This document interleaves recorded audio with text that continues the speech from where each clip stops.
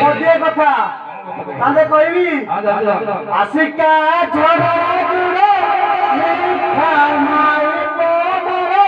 मीठा माई कोमरो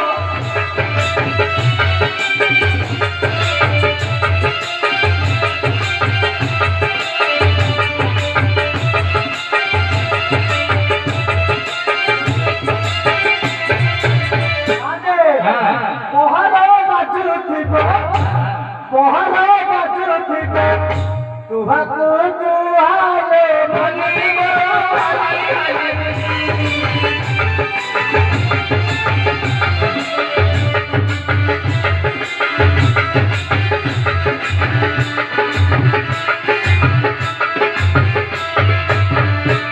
काटे